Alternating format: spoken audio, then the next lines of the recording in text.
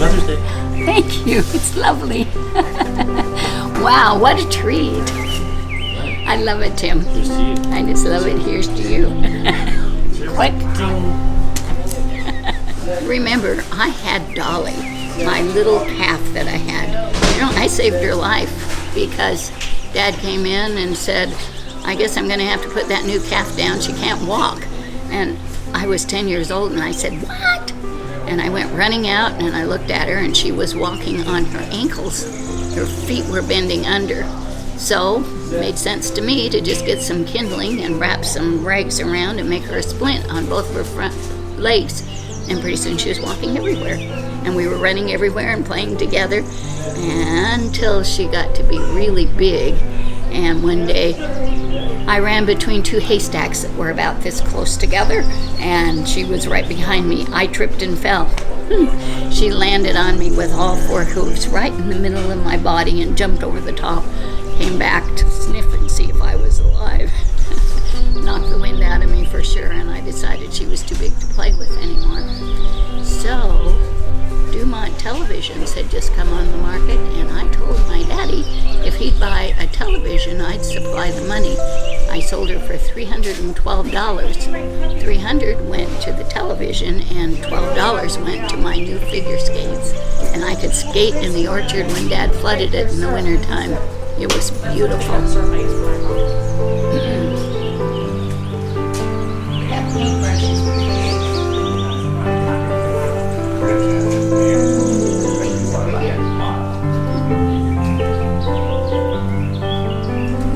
These beautiful flowers were there every 4th of July when Ron and I went on our anniversary. They were up to your knees everywhere. What are they? Daisies? Yes, beautiful one-eyed daisy. Margarita.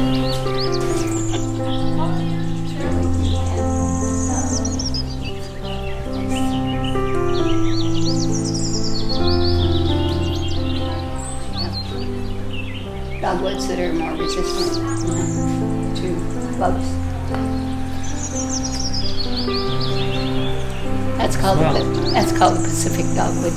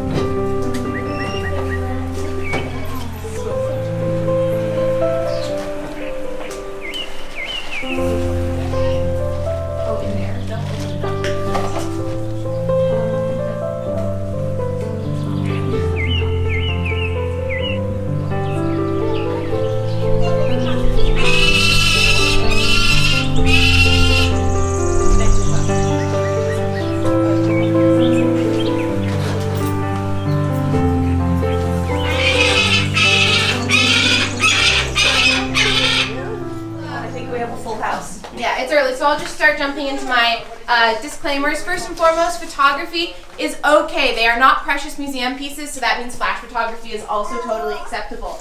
Secondly, everybody in the front row, you guys are really brave. This is the splash zone. I'm really good at controlling poop. I have a lot of experience, but sometimes I can't promise it won't get on shoes. Good news is it comes out really easily. Second, I will do my best to walk the birds around so you guys can get a much better up-close look. Don't worry, I have them under control. You guys are safe. However, I do ask, please no touching. My birds all do give free acupuncture, but they don't let go, and it really, really hurts. So just for everybody's safety, please do preserve at least a little bit of a personal bubble. At the end of the show, we'll do kind of an open Q&A, but if you have questions during, as we're kind of swapping birds, please feel free to ask. And at that time at the end, we'll kind of walk out so that you guys can come outside, and we allow you to get up a lot closer than most people and take some really nice, cool, close pictures. So there will be a chance to look at anybody, and if we put them back in a box, just ask, and we'll get them back out again. Other than that, some introductions. My name is Barbara. That is Jenny, my lovely mother. Happy Mother's Day to everybody here. I have been a falconer for 8 years and working with birds of prey for even longer. So the 3 reasons that we have all of our birds here today, we are with Perch Wildlife Education. So we take these guys places and teach people about birds and get them excited about conservation and hopefully looking up next time they're out in nature. The second reason, like I said, I'm a falconer. Most all of these birds are hunting birds. So we take them out in the field and we do with them what nature intended for them to do. And last but not least, because in this economy, they all have 3 jobs, they are also abatement birds. So during the spring and summer months, when we're not hunting, we take them to places that have a problem with birds, seagulls, pigeons, starlings, and we use them like alive scarecrows, essentially. You guys all came to a talk on birds, and you didn't realize the birds would be the one giving the talk. And with that, we'll get into it. So first up, I have Ash, who is a male peregrine falcon. Falconers, we call it a tiercel, all of our males. So he's a tiercel. He is a little on the small side. He comes in at weighing 1.25 pounds, so he is a little boy. But that does not mean he does not pack a punch. In fact, of all of my birds, he is the punchiest. He goes the fastest. He is the fastest animal on the planet. He can go 242 miles an hour. My model's a little broken. I've only ever clocked him at about 150, so we have some room for growth. How does he do that, right? I said he's only a pound. He's a featherweight, okay? He needs physics, and more specifically, he needs gravity's help to reach those speeds. It's also really helpful that he has ground support when he's trying to fly, because I'm going 200 miles an hour, and unfortunately, at those speeds, the ground and water are both like concrete. Okay, so everything that he takes and everything he catches, he has to catch while it is in the air. Now, that's where I come in. He has a really, really amazing hunting dog because I find, point, flush, and retrieve. I'm really good at what I do, okay? He just has to actually do the catching. So we go out in the field, I take his hood off, and he just starts to go up, okay? And he'll go a little over 1,000 feet, maybe up to about half a mile. In the wild, peregrines will even go higher than that. Unfortunately, when he's with me, our communication after about a half mile gets hard to see and hear me, so I like to keep him a little closer than that. He's gonna go up. We call that taking a pitch. And once he gets up, then my job, the flushing, comes in. I need to get whatever we're trying to catch, like I said, off the ground, okay? And he's going to see that, because falcons can see up to a little past a mile, and he's going to start falling, because he just wants to look really pretty for you guys. That behavior is called arouse, and it means it's a really content and happy bird. He's a pro at this. So he's going to start falling. But falling isn't quite fast enough for him. In fact, like a madman, he's going to start pumping those really long triangular wings that move quite a bit of air straight towards the ground. He flies right towards the earth. And still not quite fast enough. But once he gets close to fast enough, he's going to tuck his wings in once more and actually drop a shoulder and tuck his chin so that he becomes asymmetrical. What that does is it starts to spin him like a bullet out of a chamber, and he goes even faster. Now, we often talk about falcons having really excellent eyesight, and everybody's like, yes, falcons see far. Okay, we all know that. Now, this is the interactive part of the talk, and everybody has to do it, because if I do it by myself, I look stupid. Everybody put your hand in front of your face, okay? And we're going to wave our hands back and forth. And at some point, you're going to see that you can't see your fingers anymore, you just see a blur of motion, right? Yeah. And it doesn't take anything going very fast. We see at about 60 frames per second, right? So 60 still images, when run together, look like smooth motion. Anything past that, it starts to become motion blur. These guys see at 120 frames per second. When I wave my hand in front of Ash, he's still looking at the whorls of my fingerprint. That's how acute their vision is. So as he's falling at 200 miles an hour towards a duck that's also going 40 miles an hour below him, he's counting the feathers on that duck. He's also keeping one eye out towards that crazy lady who's still on the ground, and he's like, oh, right, that girl, she's kind of important to me. So, now, hopefully, if I haven't messed anything up yet, he's actually going to make contact with that duck. is going to catch that duck. Now, raptors, birds of prey, that word comes from the Latin word which means to seize. Except these guys are not actually going to grab that duck out of the air. I'll walk around, look at his toes. He has ugly, ugly toes, okay? They're long, they're skinny, okay? Those are not good for grabbing and holding on to things. Also super inconvenient. At 200 miles an hour, he's gonna pull 25 G's when he opens his wings. He'd break his toes off. So he actually makes a fist and he punches that duck as hard as he possibly can. And he is aiming for a decapitation strike. And they know, they will aim for the neck. Now, if that's not quite successful, at least the duck is very, very stunned. You know, that would be like us getting hit with about a 40-pound weight, okay? Super disoriented. He will take it to the ground, and they have a little stair step in their beak called the toenail tooth. And just like serration on a knife, it's actually designed for severing spinal cords. So, if I had to pick any one of my birds to be the end of me, I'd want it to be a falcon, because these guys are super clean and precise. Now, my mother here is going to grab, sorry, you should have grabbed her sooner, is going to grab our other falcon that we have here today, Kalahari, out of her box.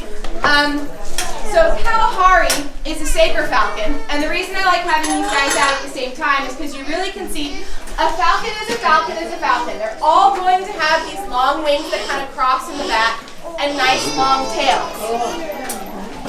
Despite the fact that Kalahari is actually not native to North America, she's native to the Middle East and parts of Russia. Their breed is incredibly endangered in the wild at this time. So she was captive bred here. But yeah, you can really show off those wings and her falcon anatomy. So one of my favorite facts about falcons is that they have really excellent camouflage. We can look at their backs and understand they're meant to look like the rock faces that they nest on. Got it. But the most impressive camouflage is their chest, which is odd because I don't ever recall seeing polka dots in the sky. But just like stripes on a zebra, right, when they're all in a herd and they begin to move, it becomes really hard for a lion to pick out one individual animal. Those stripes and dots on their chest, and Kalahari has them too, are designed to create a moire effect when these guys are in the sky. So if I'm a duck looking up underneath and those wings begin to move, it becomes really hard for me to tell which direction that falcon is moving. So it helps them stay concealed and kind of disguise their next move from anybody. Yeah. All right, you're going to go back on your perch. And you can stay unhooded if you stay quiet. That's the rule. Go ahead, so good. That's your falcon.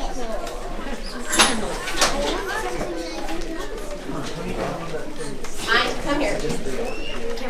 Yeah, well actually he'll pull it off when you're ready to pull it off. Alright, so, like I said, a falcon is a falcon is a falcon. I get bored quickly. Moving on, we're on to our hawks. So, this is Tolkien. Now, Tolkien is a Harris's hawk. So these guys you're going to find in the southwestern United States down through South America. And what makes these guys super special is that they hunt in family units, in packs in the wild. These guys are frequently called the wolves of the air. Most raptor species are solitary, okay? They never want to see another one of their kind until it's breeding season. But these guys live, like I said, in communities for the duration of their life.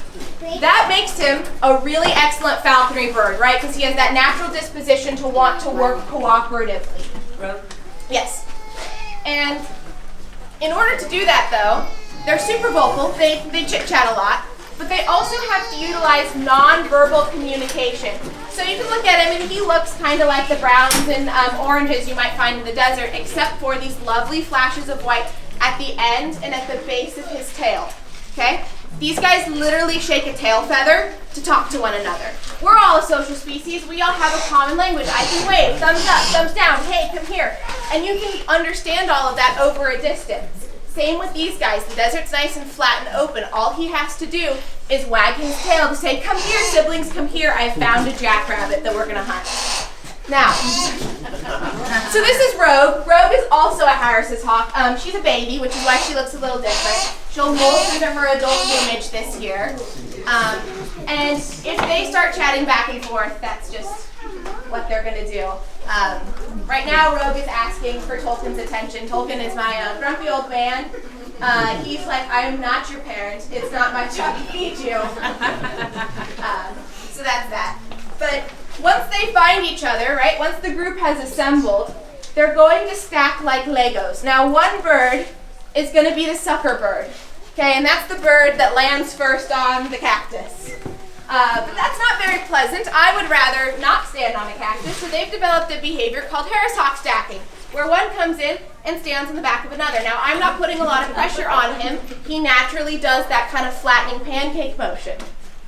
And they'll stack about 4 of them on top of one another, and they face roughly the points of the compass. Then a 5th bird, in a past life, Tolkien was definitely the ferret bird, goes down on the ground and will actually run through the burrows of little desert dwellers, because life in the desert is hard, the sun is really, really hot. They don't want to be, the things that they want to eat don't want to be out during the day. So they flush them for themselves. And then, hopefully, at least one of the 4 family members up above you was looking in sort of the right direction. And then they will pursue one after the other. And that is how they make life work. They are super, super fun. Super fun to fly. Yes, you are. Yeah. Well, and they do make cute noises as They well do. as the not so cute ones. He's not going to feed you. Never once has that happened.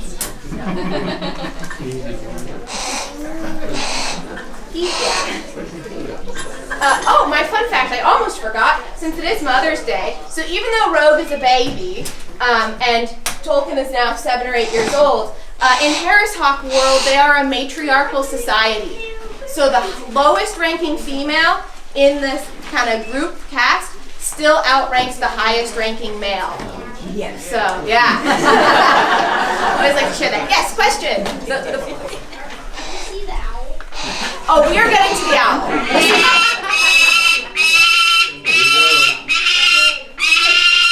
You already had your 15 minutes to take. Quiet. So, our owls. Come here, Twig.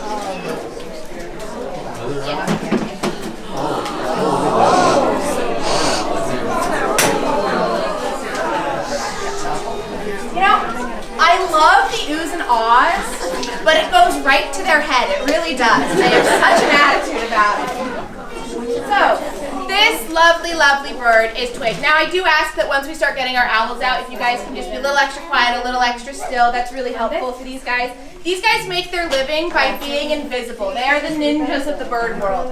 And while they're out, they're very, very used to doing shows. You know, I like to meet the birds where they're at, and we like to make them as comfortable as possible. So, Twig. Now, barn owl. Where do they get that name? They get that name because they're mooches. Okay? They are cavity dwellers. And then along came humans, and we did a really, really amazing thing. We started building warm, waterproof shelters where we also stored all of our grain. And these guys eat exclusively mice. So we not only built them an excellent house, but we rang the permanent dinner bell for them. And they are super helpful. They're very good at their job. So they are wedded. These guys are strictly mousers. Okay, they are wedded to mice. They can, a single adult barn owl can eat 1,000 mice in a year. So if they're raising a nest, they might go through about 4,500 to 5,000 mice, depending on how many babies they've raised that year. They are so closely wedded to that mouse population, in fact, that they will breed in response to the pestilence level. You got a lot of mice, you're going to have a lot of baby barn owls. Okay? And now, our birds, like I said, are typically very solitary. And being a baby bird of prey is a really, really tough gig. Okay? In fact, 60% of birds of prey will die before they reach a year old. So the vast majority of those little red tails you see sitting on the side of the road, not always a happy ending. Now the barn owl, typically, they build mortality into the nest, right, with a bird of prey. So congratulations, you guys are all now little baby red tails, okay? And if I am raising a little clutch of red tails, I'm going to come back to the nest as mom, and you guys are all screaming at me, and I'm just going to feed you to go till you are quiet. I got a hind leg of a rabbit left. Here's for you. Nope, sorry. Okay? And that's how, so they build mortality. They breed to expect to fail. Now, with barn owls, Now, you are all baby barn owls. If I'm the mom, I come back to the nest, I drop a mouse or two. You guys figure it out. Okay? That is actually incredible because sibling barn owls learn to curry favor with one another.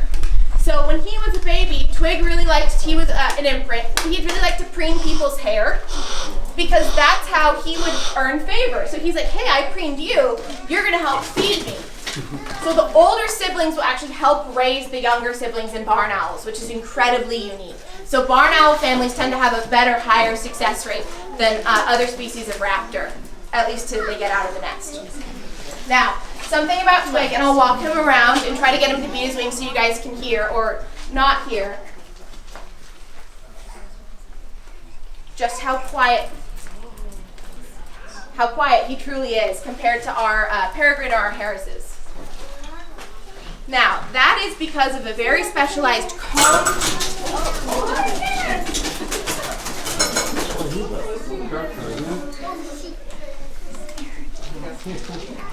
See? Loud and obnoxious, loud and obnoxious. The owls manage that silent flight two ways. One, they have combs, teeth at the edge of their feathers. And what that does is that kind of combs through the air and creates gentle turbulence instead of a stiff wing of a falcon slicing through that air.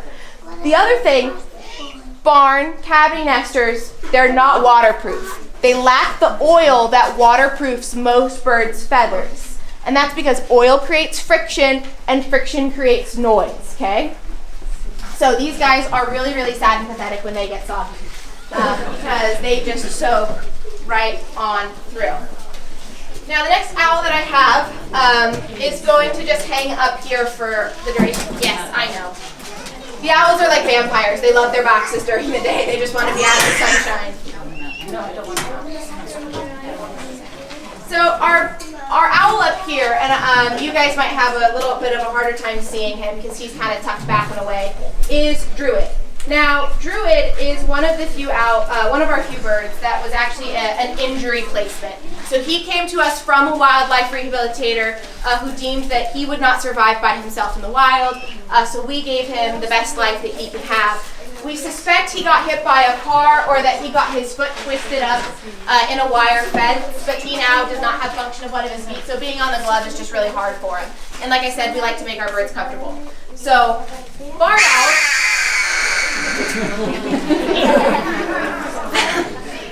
Barred owls are probably, if you are going to see and hear an owl here in the Willamette Valley, it's very likely going to be a barred or a great horned. But these guys are naturally really curious, so you'll see them out during the day a little bit more, kind of just looking around, especially when they're young, when they are babies.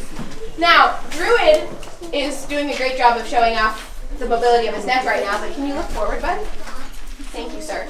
Now you can see on Druid, and you can also see it on Twig, that kind of stiff brown outline around his face that looks like a disc. And that is actually showing you roughly where an owl's ears are. We're going to go back just a little bit and into the feathers. And their ear structures almost look more like gills than they do what we typically think of an ear. And that facial disc, we have 3 satellites on an owl's face. You got the first one, which is just the entirety of their face, and then the 2 individual facial discs that help funnel sound. And the reason why it's really important for owls to have 2 is that their ears actually have an asymmetrical placement. So one ear is higher, one ear is lower, one's a little bit more forward, one's farther back. And that allows them to... You're this close to going in the car. That allows them to create a sound map. So they are right now, Druid can listen to every single one of your heartbeats. That's how acute his hearing is. And he is just creating mostly a mental map with sound of where everybody is sitting. And yeah, you're a good boy. You'll notice those really slow blinks on Druid and his eyes kind of flashing over white. He's actually doing a great job showing off his nictitating membrane, so all of my birds come in with built-in flight goggles, and that's that kind of transparent lid that you see sliding over. All right, time for the Beastie Beast. The sassiest of all the birds I have here today. You can meet. Oh. No, me. Come here, Gramps. So like I said, you're most likely to see in the Pacific Northwest either a barred owl or a great green.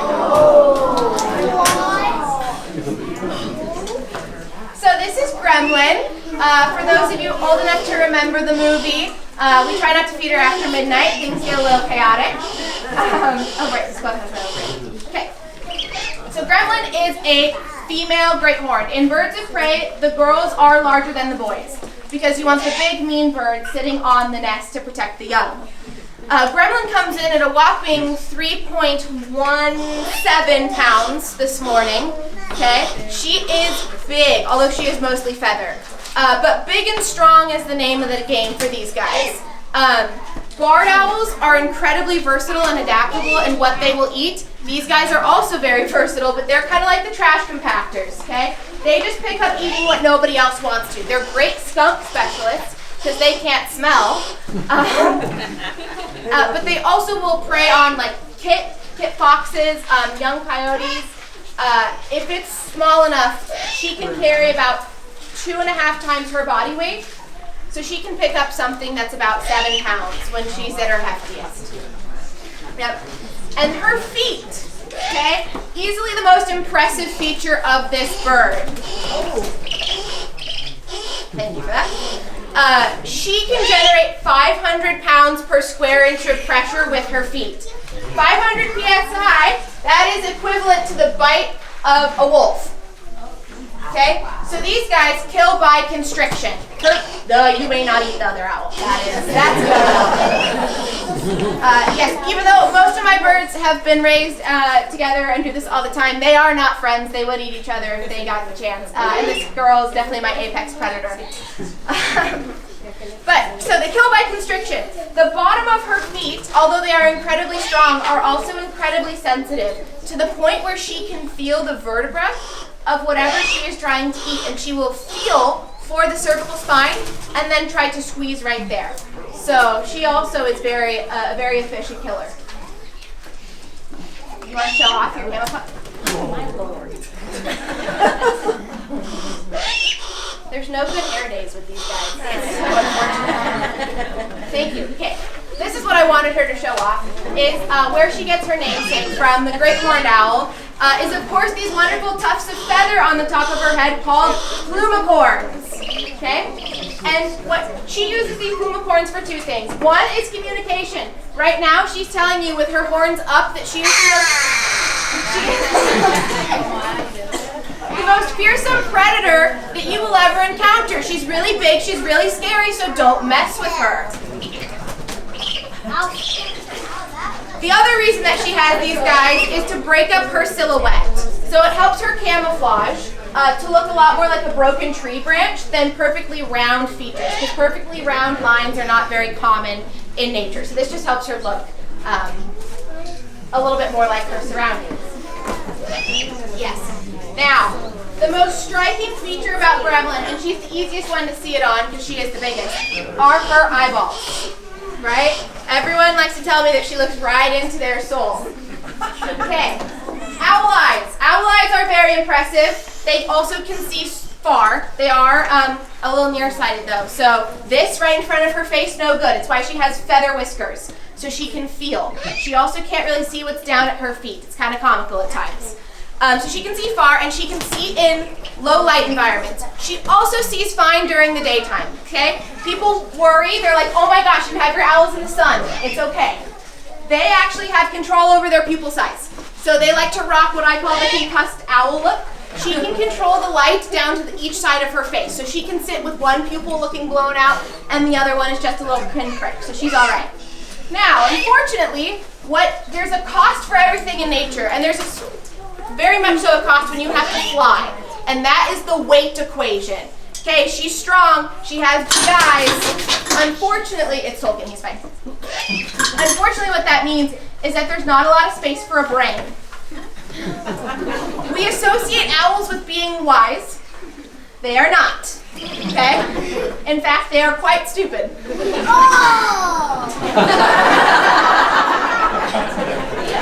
I'm sorry, Gremlin. Cover your ears.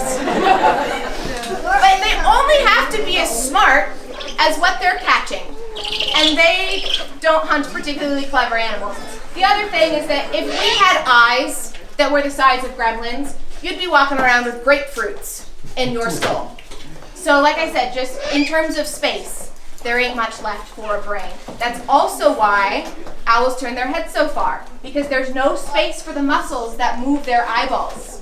So she has to have, in this tiny little neck, 14 vertebrae, okay? That is double the amount that a giraffe has. It's also double the amount that we have in order to get that flexibility. Okay, little fun moment here. Can owls turn their heads all the way around? Yes. No! If they went all the way around, their heads would fall off. And that's not very helpful for continuing to be alive. So they can go 270 degrees over each shoulder. So when we overlap the ranges, they actually have more than 360 degrees of rotation in their neck, but they just have to kind of stop and reverse. Okay? And that is the lovely gremlin. Now, for the most ferocious and temperamental bird that I have here today. Right. No, she's the sassiest. This one's the meanest. Sassy! Sassy I got it. You're gonna get put in here real quick.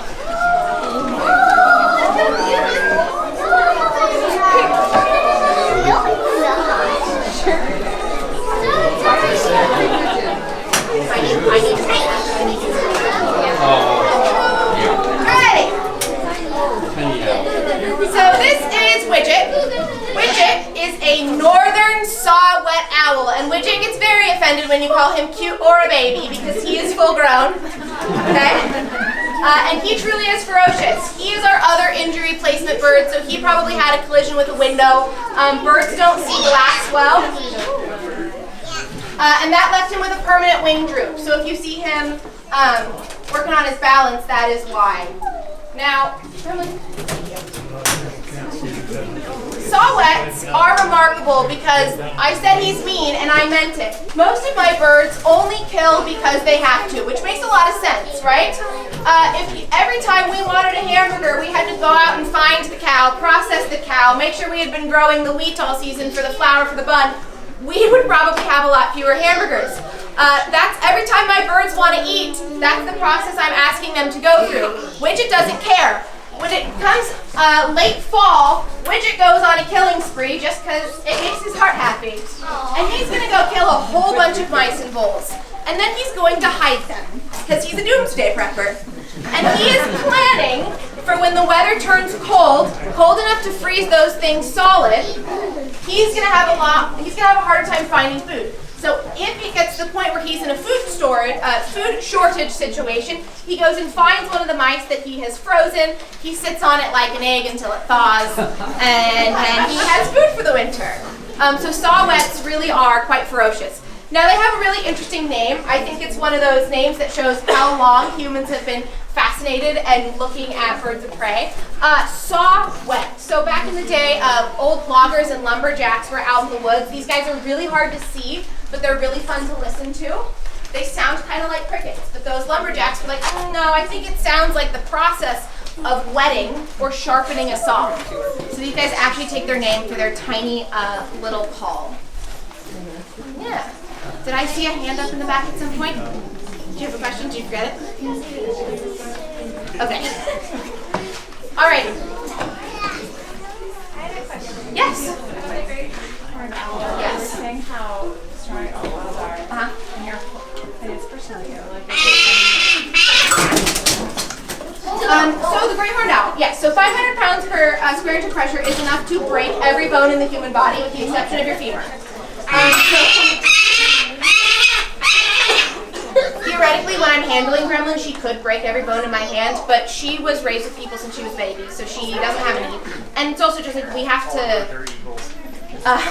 would have to think about applying that much pressure. They do too. And so she's just like holding my hand for a handshake. She doesn't need to grip that hard to just hold on to a perch. Yes. I was curious what the wire was. Oh, okay. Got a question. What are the wires that are sticking out of our birds' backs? Like I said, all of these guys are. Where'd you put his hood? All of our birds are fully free-flighted and trained to do so, but they do have minds of their own, and sometimes they decide to take a little flyabout. I don't have wings, so they get a mile away from me a lot faster than I can see. Thank you. So that's just so I can track them down again. Yeah, you're getting put in timeout. The hoods, I should always just say, they don't hurt them whatsoever. They're just like blinders on a racehorse. They're custom fit and custom made for each of our birds. So it's just like when we go back to our rooms at the end of the day and we just want to shut out the lights for a second. That's exactly what this is for these guys. Okay, you can go away now. Thank you.